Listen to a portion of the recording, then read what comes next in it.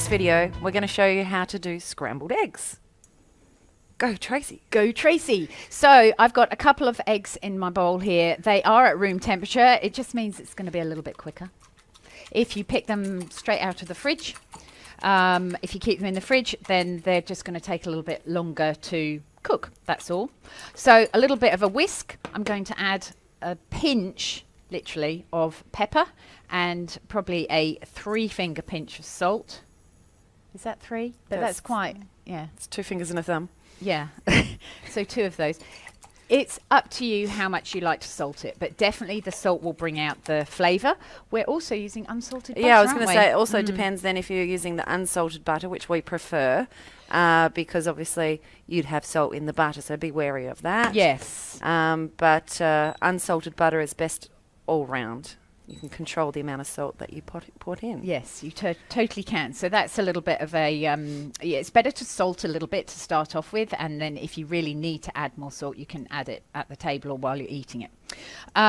So with the butter, I've melted that on quite a low heat because the difference between an omelette is cooked really quickly, scrambled eggs cook slow, so it goes creamy. So I've got no water in here, I've got no milk in here, it's basically egg. So when I was a kid, it is egg.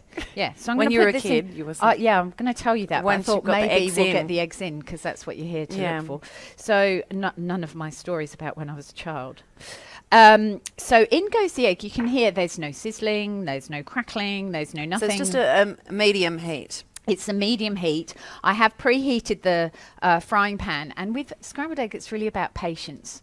Because if you cook it too quickly, the egg comes up to a temperature that it'll continue on cooking. Yeah. So it's a little bit like taking a steak out of a hot pan. It will continue on that cooking. So it's really learning what temperature your stove needs to be on with your pan. I mean, that's warm, that pan. I can just touch it. I wouldn't like to keep my hand on it. Yeah. So it's hot enough. But the eggs are still relatively cool from the fridge. So they're going to take just a little bit of time. And you can see I'm using a matching spoon to the eggs because I thought somebody out there might appreciate that. It's not important though. It doesn't matter about the colour. It doesn't change the taste, I don't think. Anyway, the proof will be in the pudding or in the scrambled eggs. So I can see that this is taking, a fairly long time. So if you just pull your spoon across like that, I can see that some of the egg is just starting to cook. And my temptation is to turn it up a notch to actually start it cooking and then turn it down a bit. So that's what I'm going to go with. So it's really getting in a special relationship with your egg and knowing when it's going to start setting. So and scrambled eggs isn't high. a quick cook breakfast. I mean, it doesn't take that long. It's just patience. So if an you're in a omelette hurry, you can do in 30 seconds. Right. And that's why omelettes are so popular, I guess, isn't it? It's like quick, fast food. So there we go. You can see how that egg's now starting. So as you stir it, you can see the whites starting to cook there. To set. So I don't want to have this so high that it's just going to cook. I'm going to turn it down just slightly now. So I'm preempting what's going to be happening. So you were only turning it up because the eggs eggs too would long. yeah, and the eggs would have dropped the temperature of the pan. Yes. Just to get some heat in there. Totally. We saw the steam just start to come up, and then we turned it down so it is a longer, slow cook. It's not long, slow, but...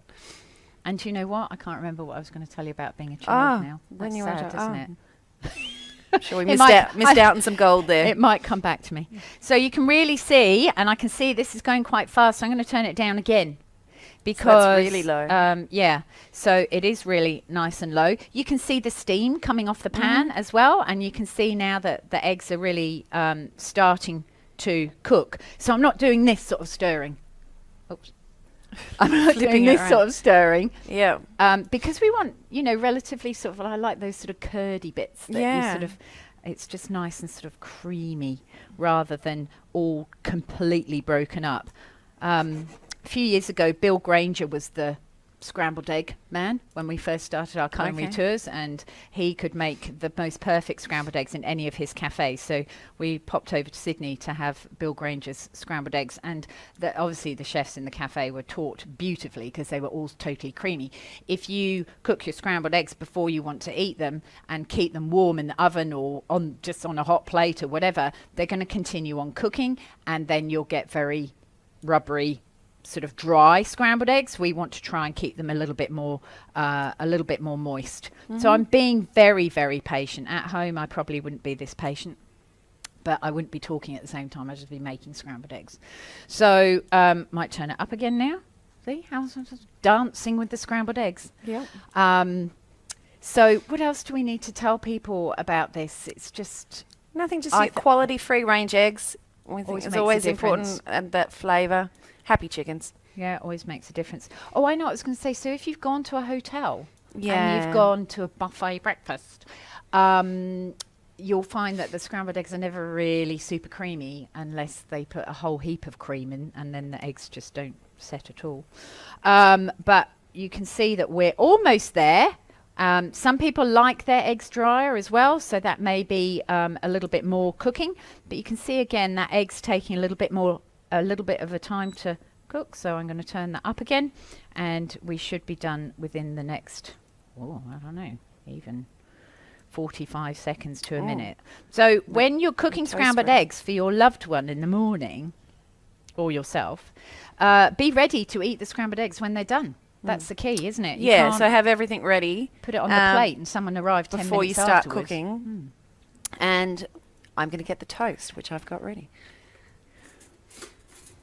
Oh, just Ta-da. delicious, perfect toast. Beautiful So sourdough we're going to do butter on the toast because we decided before the filming that we all like butter on our toast in the morning. So there we go. There's your scrambled egg, and even if I turn that heat off now. So the heat in the pan's going to keep cooking that. Yeah. So let's say the doorbell rings and your friends have arrived. You could undercook it and just. I wouldn't, because I think it would still carry on cooking. If your friends arrive just in time for breakfast, they're not really friends, it's time to serve. Yeah. Like, don't you want to come and have a coffee or a juice beforehand or say hello? Like, that's when your teenage daughter or son arrives expecting dinner on the table. That's right. Okay. So, and I probably even stirred a little bit too much here. It just depends on whether you want big curds or whether you want a nice creamy scrambled egg like that. That looks beautiful. That's really nice. So if you want to cook that more, obviously another 30 seconds or so, we'll have that cooking a bit more. But there's our scrambled egg on toast.